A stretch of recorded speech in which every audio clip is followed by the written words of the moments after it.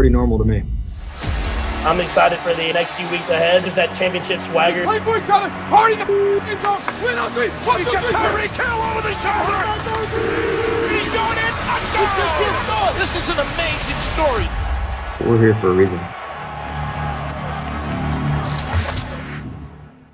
Hey, two-time Super Bowl champ Damian Woody with us. Damian, always good to see you. And speaking of star power, guys, Aaron Rodgers, Baker Mayfield, Brady, Breeze. Who am I missing? Josh Allen, Lamar Jackson, all of them in action this weekend. Max, you're up first. Is Mahomes the player that's actually going to be under the most pressure? Easily, because the Chiefs are expected to win the Super Bowl. And they're expected to win the Super Bowl because they have Patrick Mahomes. And yet, they may be in some trouble. Their defense last year, look, 2 years ago was a little underrated. Last year, people saw it had gotten better. But mainly, as we know, this time of year, it's how are you trending? It's a war of attrition, the NFL. You're not the same team at the end of the season every season that you are in the beginning. And the Chiefs' defense in particular is trending in the wrong direction over the last, third of the year. The last month and a half of the season was trending in the wrong direction. And as a result, they've had some close games. Patrick Mahomes is expected to make that a moot point. He is so great. He's the first quarterback I've ever seen where because his team has him, I know they got Tyreek Hill and Travis Kelce and ballers on that team. But let's be honest, because they have him, we're expecting them to win. His reputation takes an enormous shot if they lose. If he can't overcome, all of a sudden it's like, wait a minute, Aaron Rodgers won the MVP this year. We sure Mahomes is better than Rodgers? Stephen A. already doesn't necessarily think so. But the consensus says yes. He has the most to lose. He's the biggest favorite. His defense is not as good as many of the other teams. He's under the most pressure. I would say Lamar Jackson is. Primarily because he's going up against Josh Allen, who's another young lion on the come up and is an MVP candidate. That would be the reason why Max Kellerman, of course, that he got rid of most of the pressure because he finally won a playoff game, which is something I alluded to early in the week. But nevertheless, when you're going up against a young lion, it's not only that Patrick Mahomes has already arrived and he's already there, not just as a guy that once threw 50 touchdowns in the season, won league MVP honors, and then the following year won a Super Bowl and is universally recognized as the best, not just in the game today, but arguably the best who have ever done it in this short period of time. But now you've got somebody on the back end coming up in Josh Allen, who's a Buffalo Bill. By the way, they made the playoffs last year. They made it again this year. They're the number 2 seed. They won 13 games. He threw for over 4,500 yards and 37 touchdowns. He's been flat out balling. And so as a result, when you look at it from that perspective, think about it for a second. We've talked about Deshaun Watson. We're talking about Lamar Jackson. We've been talking about Dak Prescott all year long because of his contract and things of that nature. When we look at Josh Allen, he's literally fallen under the radar. Stephon Diggs was a damn good receiver. We ain't never seen him catch 127 receptions for 1,535 yards when Kirk Cousins was throwing him the football. Now, obviously, you had Adam Thielen there in Minnesota, but nevertheless, arguably the biggest reason why you didn't see that was because he had Josh Allen throwing him the football this time around, not Kirk Cousins. And so when you look at it from that perspective and you see how Buffalo is growing before our very eyes, how McDermott is doing such an outstanding job coaching them and how balanced they are on both sides of the ball, the way that they've been playing throughout this year. If Josh Allen continues to be that dude and they continue to rave about him the way that they do, defensive players are raving about him. Stephon Diggs loves him. The coach is talking about his growth and his maturation, all of these different things.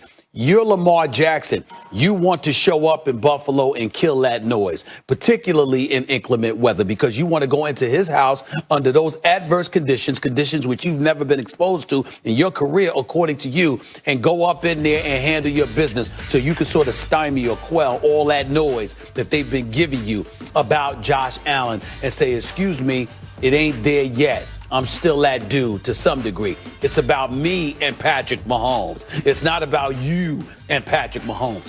You stop that by knocking this guy off his pedestal this weekend. I think in that regard, there's more pressure on Lamar than there is on Patrick Mahomes. I mean, how in the world could there be pressure on a guy who's 25 years old, already won a Super Bowl, and has been a league MVP? He's not sweating anything. Come on now, Max. I'm going with Stephen A. Guy, that boy Aaron Rodgers, that bad man up in Green Bay. Because here's why. I think we can all agree that Aaron Rodgers is the most talented passer of the football of this generation. There's no question. I don't think there's no question about that. But he's only got one Super Bowl. One Super Bowl. And we've talked about many times how the Packers organization, particularly Mike McCarthy, who was the head coach at the time, had been wasting away Aaron Rodgers' talent. Well, guess what? Mike McCarthy has moved on to Dallas. Aaron Rodgers, last year, 13-3, got spanked by the San Francisco 49ers in the NFC Championship game. Come back, fast forward to this year, 13-3, number one seed in the NFC, likely in NFL MVP. If Aaron Rodgers doesn't get it this year, what is his legacy going to be here, Max, Stephen A? What is Aaron Rodgers' legacy going to be? What's the excuse going to be? There's no better time than to fulfill his legacy than right here, right now, with home field advantage that has to run through Green Bay. I'm going with Aaron Rodgers.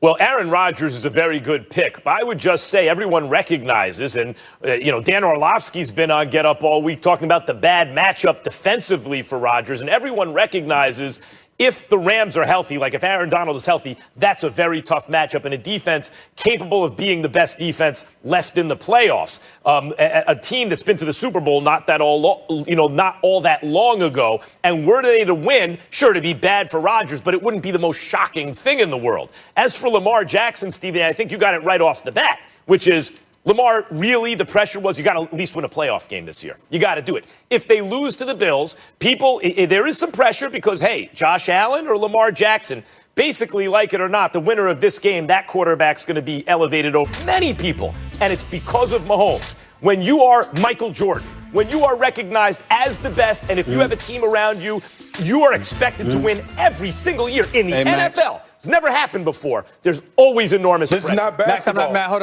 on. Max, I got to admit, sometimes I wonder if you truly watch sports. You can't give me a champion that hasn't lost before. Everybody loses. The fact of the matter is, if Patrick Mahomes loses, the Super Bowl championship is still on his resume. The league MVP is still on his resume. Him showing up and producing individually as well as leading his team is still on his resume, and he's got at least a decade to do it even more. So guess what? He'll just come back another time. You're Lamar Jackson. You still learning how to get over that hump. You just learned how to win a playoff game. You Josh Allen, you want to come up. You're trying to stop all of that momentum from building because you still want to be that dude. And remember, Lamar Jackson is still a reigning league MVP. So we got to take all of those things into consideration and look at it for what it is. I don't think there's that much pressure on Mahomes. Yeah, they got the best record in football and the expectation is to win. But guess what? There are upsets in the world of sports all the time, especially in football, any given Sunday. We know what time it is, so I don't think that's the case at all with Patrick Mahomes. I'm sorry. Yeah, and again, I'll go back to Aaron Rodgers because to me it's a legacy thing. Again, this is a guy that's the most talented passer of the football of this generation. He only has one Super Bowl that's accounted for back in 2011. They have home field advantage. The NFC has to run through Green Bay. He's the likely NFL MVP. If he doesn't come through this time, there's going to be, people going to be whispering the same old things about Aaron Rodgers. Well, is he in the same class as Peyton Manning or a Tom Brady? That's what people are going to say. That you just pointed